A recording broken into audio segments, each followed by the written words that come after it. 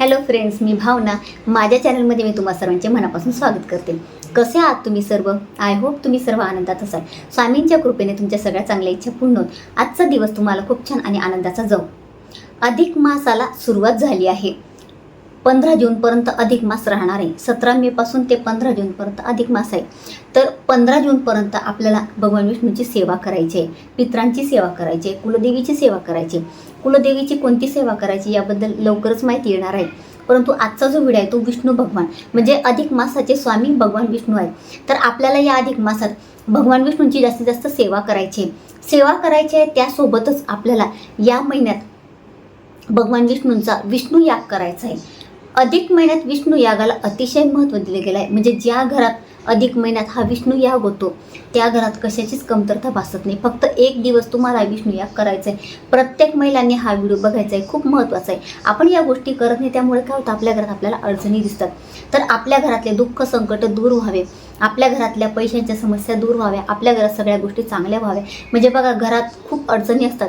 कोणाचं लग्न जमत नाही, मुलांच्या अडचणी असतात, म्हणजे मुलांचं अभ्यासात मन लागत नाही, घरात चिडचिड होणं, नवरा बायकोचे भांडणं, काही ना काही वाद होणं, घरातलं कोणाचं आरोग्य चांगलं न राहणं, म्हणजे काही ना काही तुम्हाला प्रॉब्लेम येतात. तर हे प्रॉब्लेम येतात. तर या महिन्यात एक दिवस हा हवन, हा याग तुम्हाला करायचा आहे. जर तुम्ही हा याग केला तर तुमच्या ज्या समस्या आहेत ते दूर होणार, यात काही शंकाच नाही. तर फक्त एक दिवस तुम्हाला हा याग करायचा. हा याग तुम्ही घरच्या घरी करू शकतात. तर घरच्या घरी हा याग कशा पद्धतीने करायचा, कोणता मंत्र म्हणायचा, याबद्दलची संपूर्ण माहिती मी तुम्हाला आजच्या व्हिडिओमध्ये देणार आहे. जर तुम्ही माझ्या चॅनलमध्ये नवीन असणार आणि पहिल्यांदा हा व्हिडिओ बघत असणार, तुम्हाला हा व्हिडिओ आवडला तर व्हिडिओला एक लाईक नक्की करा. भगवान विष्णूंची ज्या घरात सेवा होते त्या घरात माता लक्ष्मी कायम वास करते. तर आता हा विष्णू याग कोण करू शकतं? महिला पुरुष कोणी करू शकतं. परंतु महिलांना वेळ असतो म्हणून मी महिलांना सांगते. महिला नसतील तर पुरुषसुद्धा करू शकतात. आता कोणत्या दिवशी हा याग करायचा हे जास्त महत्त्वाचं आहे. तर पौर्णिमेच्या दिवशी करा. परंतु जर पौर्णिमेच्या दिवशी तुम्हाला काही अडचणी असतील तर या महिन्यात म्हणजे 15 जूनपर्यंत कुठल्याही दिवशी तुम्ही हा याग करू शकतात. कारण बऱ्याच अडचणी असतात, महिलांचे पिरियडसुद्धा असतात. तर तुम्ही तुमची डेट बघून घ्या. तर तुम्ही एक दिवस कोणताही तर तुम्ही 15 जूनपर्यंत कोणत्याही दिवशी हा याग करू शकतात. हा याग करायला तुम्हाला काय काय साहित्य लागणार आहे? समिधा लागेल. जे बघा आपलं धार्मिक वस्तूंचं दुकान असतं तिथे तुम्हाला समिधा मिळून जाईल. आणि 5 झाडांच्या 5 काड्या तुम्हाला लागणार आहेत. म्हणजे वडाचं झाड आहे, पिंपळाचं झाड आहे, असं कोणत्याही झाडाच्या तुम्ही 5 झाडांच्या 5 फांद्या घेऊन या. छोट्या छोट्या आणल्या तरी चालेल. गौरी असेल तुमच्याकडे शेणाची, गाईच्या शेणाची असेल तर आणा, नसेल तर म्हशीच्या शेणाची असेल तरी सुद्धा चालेल. तर शेणाची गौरी तुम्हाला घ्यायची आहे. कापूर घ्यायचा आहे. घेत असताना भीमसेनी कापूरच घ्यायचा, काटकसरीपणा करायचा नाही. आणि गाईचं तूप, शुद्ध गाईचं तूप तुम्हाला लागणार आहे, जे खायचं येतं. एडिबल घ्या, दुसरं कोणते घेऊ नका. जे डुप्लिकेट आहे ते अजिबात घ्यायचं नाही. हवनात आपल्याला चांगलंच तूप वापरायचं आहे. आणि यानंतर तुम्हाला काळे तीळ लागणार आहे. काळे तीळ आणि साखर एकत्र करायचे, एका वाटीमध्ये घ्यायचे आहे तुम्हाला. आपल्याला याग करण्यासाठी ते लागणार आहे. आणि जेव्हा आपण घरात याग करतो म्हणजे हवन करतो, म्हणजे हवन आपल्या घरी व्हायलाच पाहिजे. हवन होणं खूप गरजेचं आहे. आपण रोज हवन करत नाही. तर असे जे विशेष दिवस असतात तेव्हा हवन व्हायलाच पाहिजे. हवन होतं तर त्यात काय होतं, आपल्या घरातली जी निगेटिव्हिटी असते, आपल्या घरातले जे काही म्हणजे वाईट दोष असतात ते त्यात जळून खाक होत असतात. म्हणून आपल्याला हा याग करायचा आहे. तर हे झालं साहित्य. आता हा याग करत असताना तुम्ही घरातले जेवढे फॅमिली मेंबर्स आहेत सगळ्यांनी बसायचं आहे. नसेल शक्य तर महिलांनी केलं तरी सुद्धा चालेल, किंवा नवरा बायको म्हणून तुम्ही दोघं मिळून करू शकता. आता हा याग तुम्ही कोणत्याही दिवशी करणार त्या दिवशी तुम्हाला स्वच्छ आसन घ्यायचं, त्या आसनावर तुम्हाला बसायचं आहे. आणि बसल्यानंतर तुम्हाला यागाला सुरुवात करायची. आता यागासाठी तुम्हाला भांडं लागणार आहे. जे आपलं पात्र येतं बघा, आपल्या केंद्रामध्ये ते मिळतं, ते पात्र तुम्ही घेऊ शकतात. हवन करण्यासाठी येतं. किंवा तुमच्याकडे एखादी लोखंडाची कढई असेल किंवा तवा असेल तो पण तुम्ही घेऊ शकतात. त्यात तुम्हाला हवन करायचं आहे. आता हवन करत असताना सामग्री थोडी जास्त घ्या, म्हणजे थोडा जास्त वेळ लागला तरी सुद्धा काही नाही. तुम्हाला काही नाही, अर्धा तास द्यायचा आहे, याला फक्त जास्त वेळ लागणार नाही. तर हवन 2 जण मिळून किंवा एकटं सुद्धा करू शकतो आपण. तर आता स्वाहाकार करायचा आहे. आता स्वाहाकार करत असताना तुम्हाला जर पूजेची मांडणी करणं शक्य असेल तर पूजेची मांडणी करा. पूजेची मांडणी कशा पद्धतीने करायची? एक पाट किंवा चौरंग घ्यायचं, त्याच्या खाली स्वस्तिक काढायचं, त्यावर एक कापड ठेवायचं.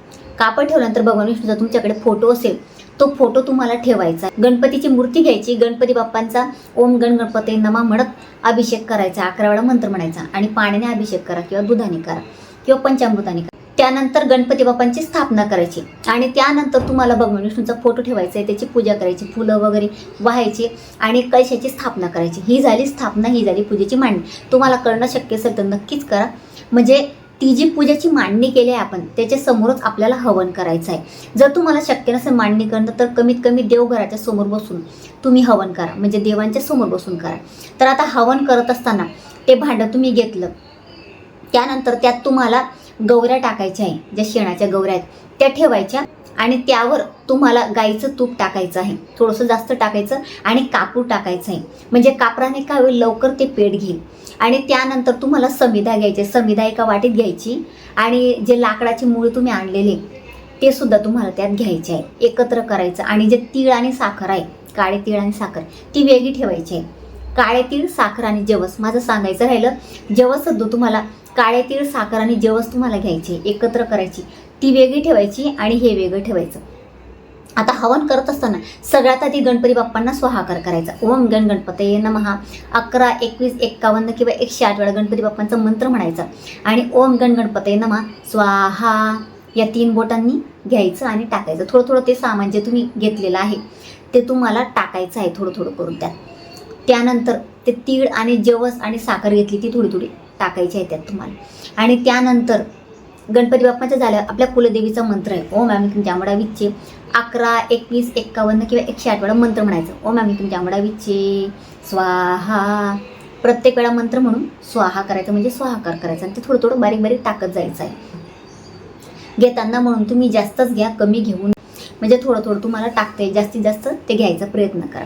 आणि सगळ्यांनी मिळून थोडं थोडं टाकलं तरी सुद्धा चालेल.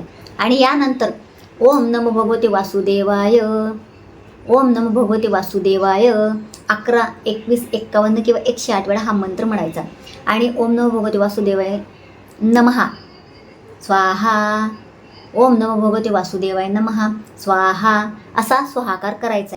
आणि त्यानंतर विष्णू सहस्रनाम तुम्हाला शक्य असेल तर विष्णू सहस्रनाम तुम्हाला म्हणायचं.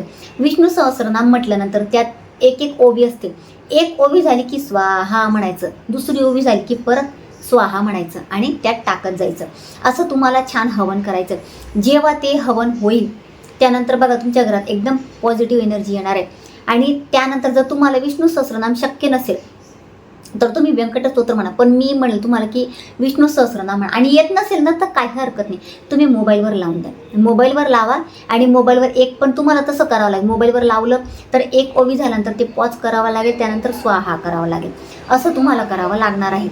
तर जर तुम्ही म्हणणार तर अतिशय उत्तम, नसेल शक्य तर व्यंकट स्तोत्र, या व्यंकट स्तोत्राची एक ओवी झाली की स्वाहा म्हणायचं आणि एक एक तुम्हाला थोडं थोडं ते जे आहे घेतलेलं तुम्ही तीळ आणि साखर आणि जव ते तुम्हाला टाकायचे आहेत आणि स्वाहाकार करायचा आहे. आणि तो हवन जसा पेट घेईल तुमच्या घरात, तुम्ही हवन करून बघा.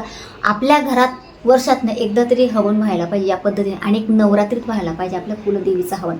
इतकं म्हणजे घरातली सगळी निगेटिव्हिटी निघून जाते आणि जे काही वास्तुदोष, पितृदोष, ग्रहांचा दोष असेल, जे काही दोष असतील, निगेटिव्ह एनर्जी असेल ती सगळी निघून जाते, घराबाहेर पडते, म्हणजे त्यात ती जळून खाक होते आणि त्यानंतर आपल्या घरातलं वातावरण जे आहे ते मंगलमय होतं आणि खूप छान वाटतं. असं हवन केलं तर तुम्ही नक्कीच एक दिवस तुम्ही कोणता तरी घ्या, तुम्हाला जो शक्य होईल त्या दिवशी हा हवन नक्की करा आणि महिलांनी तरी करायचा प्रयत्न करा, या गोष्टी करा, म्हणजे तुम्हाला तुमच्या घरात कुठलीही अडचण दिसणार नाही. तर अशा पद्धतीने मी तुम्हाला माहिती दिली. काही तुम्हाला यात अडचण येत असेल, म्हणजे तुम्हाला काही समजलं नसेल तर तुम्ही मला नक्कीच कमेंटमध्ये विचारू शकता. आणि जे जे मला कमेंट करत आहेत छान छान, तर त्यांना मी मनापासून धन्यवाद करते, त्यांचे मनापासून आभार व्यक्त करते. इतकं तुम्ही मला प्रेम देतात त्याबद्दल मनापासून तुमच्या सगळ्यांचे आभार. आणि जे जे कमेंट्स आले आहे की ताई याबद्दल माहिती द्या, त्याबद्दल माहिती द्या, म्हणजे बरेच कमेंट्स येत आहेत की तुम्हाला छान छान माहिती हवी आहे, काही तुमचे प्रश्न आहेत, तर मी नक्कीच त्यावर व्हिडिओ घेऊन येईल. पण आता काय आहे ना, आता अधिक महिन्याचे आपले व्हिडिओ महत्त्वाचे आहेत. अधिक महिन्यात आपल्याला जास्तीत जास्त सेवा करायची आणि आपल्याला कुलदेवीची सेवा करायची, त्यावर सुद्धा व्हिडिओ येणार आहे. तर तो व्हिडिओ बघण्यासाठी आणि छान छान उपाय सेवा बघण्यासाठी जर तुम्ही चॅनलला सबस्क्राईब केलं नसेल तर आत्ताच सबस्क्राईब करा आणि नोटिफिकेशन ऑन ठेवा, म्हणजे तुम्हाला लवकरात लवकर माझे व्हिडिओ दिसतील. तर अतिशय छोटीशी माहिती ती जी मला तुम्हाला द्यायची ती, जर तुम्हाला माझा आजचा व्हिडिओ आवडला असेल तर व्हिडिओला लाईक, शेअर, चॅनलला सबस्क्राईब आणि आपल्या भावनाच लाईफस्टाईल या फेसबुक पेजला फॉलो नक्की करा. आणि कमेंटमध्ये श्री स्वामी समर्थ, ओम नमो भगवते वासुदेवाय नक्की लिहा. पुन्हा भेटूया अशाच एका नवीन व्हिडिओसोबत. तोपर्यंत सर्वांना श्री स्वामी समर्थ.